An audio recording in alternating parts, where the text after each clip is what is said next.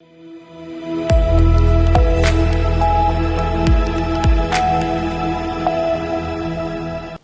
आप देख रहे हैं सी न्यूज 12। तो मैं हूं ऋषभ सक्सेना। वक्त हो गया है उत्तर प्रदेश बुलेटिन का। उत्तर प्रदेश बुलेटिन में बात होगी देवरिया की, जहां मां रक्तांबरी माता मंदिर में महाशिवरात्रि के अवसर पर शिव विवाह एवं झांकी का आयोजन किया जाएगा।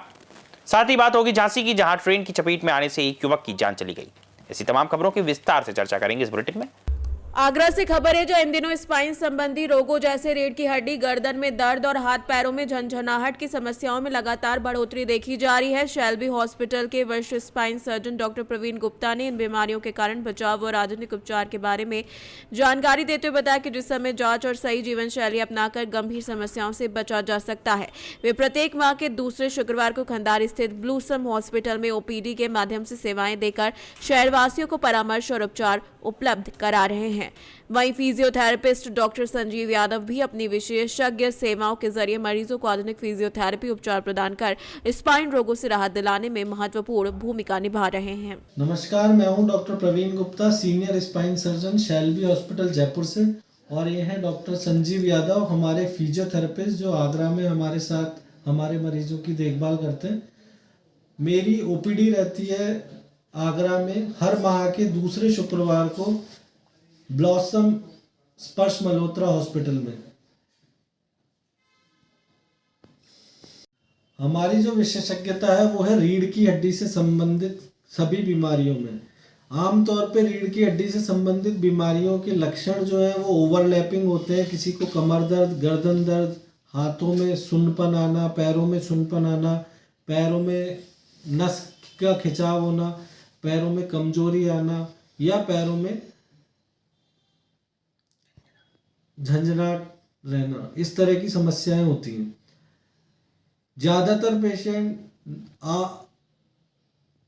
या फिजियोथेरेपिस्ट को दिखाते हैं। अगर उनको समस्या में सुधार नहीं आ रहा है तो उन्हें स्पाइन विशेषज्ञ को दिखाना चाहिए, क्योंकि बहुत सारी समस्याएं ऐसी होती हैं जो स्पाइन की डिटेल स्टडी के बाद ही डायग्नोस हो पाती हैं।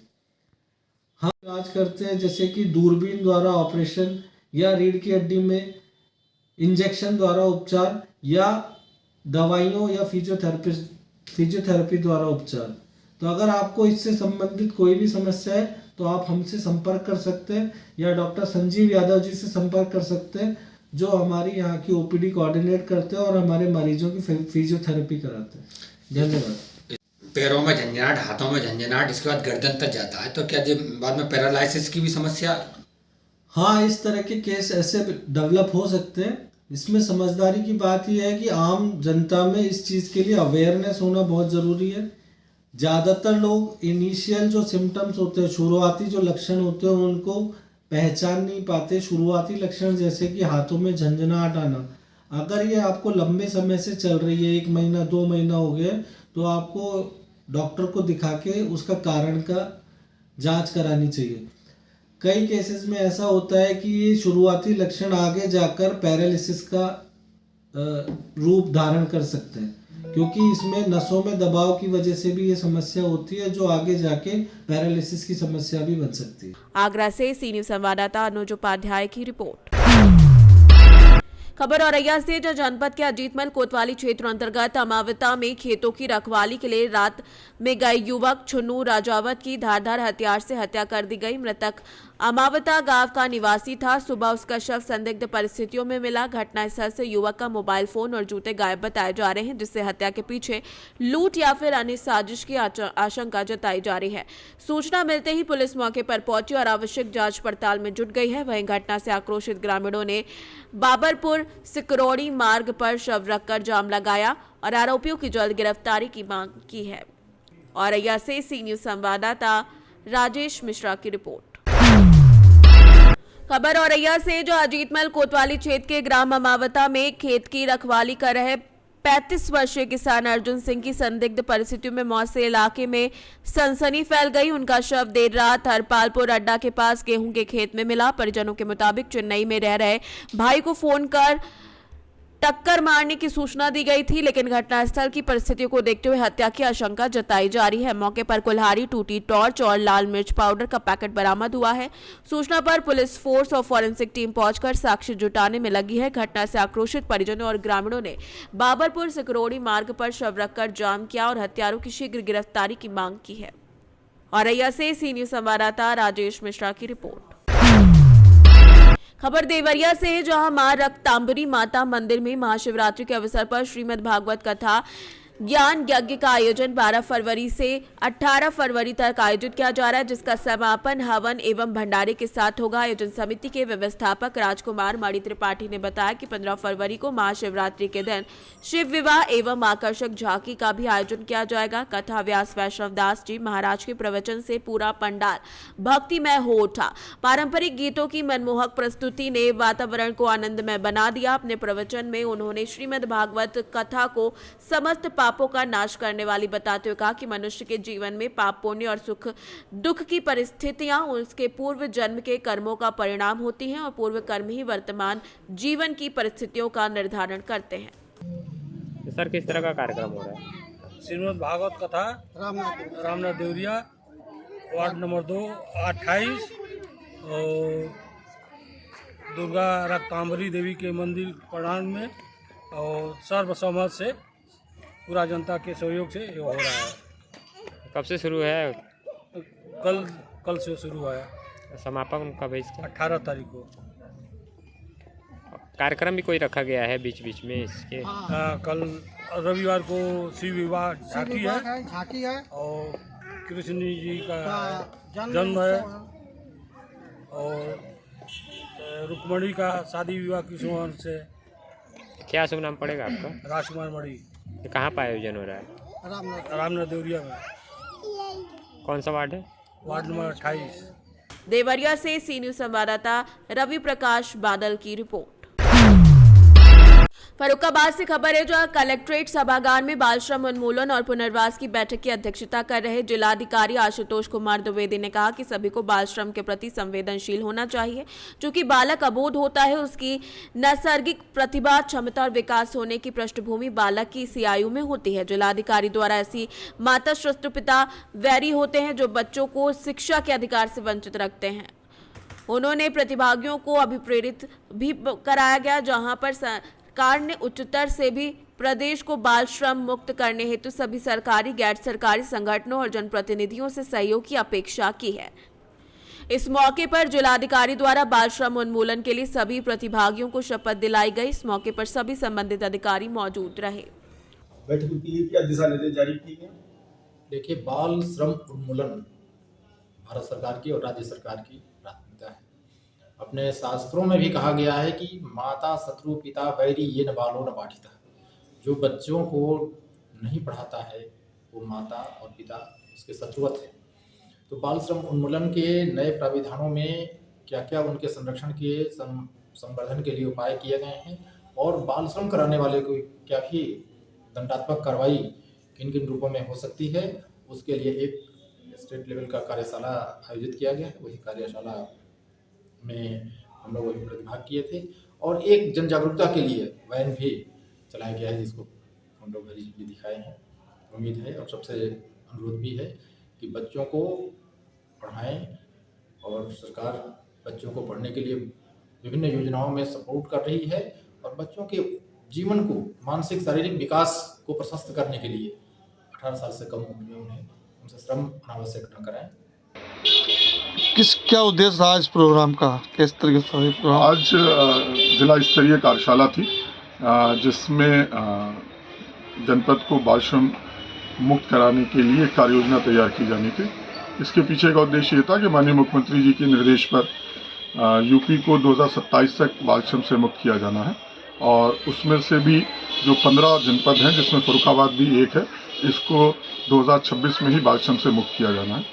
तो इन 15 जिलों में फर्रुखाबाद सहित ये जनपदीय कार्यशालाएं जिलाधिकारी की अध्यक्षता में चल रही हैं और इसमें सभी स्टेक होल्डर्स आमंत्रित थे, जिसमें व्यापारी भी थे, अधिकारी भी थे, यूनियंस के लोग थे, NGOs के लोग थे और आज एक 2.5-3 घंटे की पूरी परिचर्चा हुई। पुलिस अधीक्षक महोदय मौजूद थे, DM मौजूद थे और अलग अलग विभागों के अधिकारी और एनजीओ के लोग थे और ये श्रम विभाग द्वारा आयोजित की गई थी कार्यशाला और इसमें आज ये एक कार्ययोजना तैयार हुई कि किस प्रकार हम चरणबद्ध तरीके से अपने जनपद को 2026 में ही बाल श्रम से मुक्त करेंगे। फर्रुखाबाद से सी न्यूज संवाददाता आदेश की रिपोर्ट। खबर हरदोई से, जहां कासिमपुर क्षेत्र में गौकशी के आरोपी मूसा पुत्र रफीक निवासी रसूलपुर आंट ने पुलिस हिरासत में भागने की कोशिश करते हुए दरोगा प्रदीप सिंह की सरकारी रिवॉल्वर छीन ली और फायरिंग शुरू कर दी। पुलिस की जवाबी कार्रवाई में आरोपी के पैर में गोली लगी और वो घायल हो गया, जिसके बाद उसे दोबारा गिरफ्तार कर लिया गया। छीना झपटी के दौरान दरोगा प्रदीप भी घायल हो गए। बताया जा रहा है कि गश्त के दौरान संदिग्ध प्लैटिना बाइक से बोरी में गौमांस और तराजू बरामद हुआ था। पशु चिकित्सक की पुष्टि के बाद मुकदमा दर्ज कर आरोपी को गिरफ्तार किया गया था। उसकी निशानदेही पर कुल्हाड़ी, चाकू और रस्सियां भी बरामद की गई थी। घायल आरोपी को उपचार के लिए अस्पताल भेजा गया। पुलिस मामले की जांच में जुटी है। आज दिनांक 14 फरवरी को थाना कासिमपुर पुलिस टीम गोकसी की घटना में संलिप्त गिरफ्तार अभियुक्त की निशानदेही पर गोकसी की घटना में प्रयुक्त औजार बरामद कर थाना स्थानीय पर आ रही थी, जहां रास्ते में अभियुक्त मूसा पुत्र रफीक निवासी ग्राम रसूलपुर आंट थाना कासिमपुर द्वारा उप निरीक्षक प्रदीप सिंह की सरकारी रिवॉल्वर छीनकर उनके ऊपर जान से मारने की नीयत से फायर किया गया, जिसमें पुलिस द्वारा त्वरित कार्रवाई करते हुए आत्मरक्षार्थ फायर किया गया, जिसमें अभियुक्त मूसा घायल हो गया। अभियुक्त को उपचार हेतु चिकित्सालय भेजा गया। अभियुक्त के विरुद्ध थाना कासिमपुर में पूर्व से 4 गंभीर अपराधों के अभियोग पंजीकृत हैं। अन्य आवश्यक वैधानिक कार्रवाई प्रचलित है। हरदोई से सीनियर संवाददाता जितेंद्र कुमार की रिपोर्ट। खबर झांसी से, जहां शुक्रवार दोपहर बकरी बचाने के प्रयास में ट्रेन की चपेट में आने से युवक की मौत हो गई। ग्राम रोरा थाना लेचूरा निवासी शिव महिरवार पास के जंगल में बकरी चरा रहा था। इसी दरमियान दोपहर ट्रेन गुजर रही थी। उसकी एक बकरी रेलवे ट्रैक पर खड़ी थी, जिसे बचाने के प्रयास में शिवम ट्रेन की चपेट में आ गया। घटना की सूचना परिजनों को दी। सूचना पाकर लेचूरा पुलिस मौके पर पहुंची। पुलिस ने शव को कब्जे में लेकर पोस्टमार्टम के लिए भेजा। बताया जा रहा है कि मृतक 2 भाइयों में बड़ा था। हादसे के बाद से परिजनों का रो रो कर बुरा हाल है। जी, आपका क्या नाम है? हमना लाल। ये आप ही का भतीजा है? कौन है ये? हाँ, भतीजा है हमारा। क्या घटना घट गई इनके साथ? इनके साथ वो बकरी चराने के लिए आया था तो वहाँ रेल की चपेट में आ गया। अच्छा, कितने बजे की घटना है? जी, वही 2 सवा 2 बजे की लगभग। अच्छा, इनके पिताजी का क्या नाम है? ये नंदलाल है। और इनके बच्चे कितने थे? ये खुद बच्चे थे जी, नंदलाल।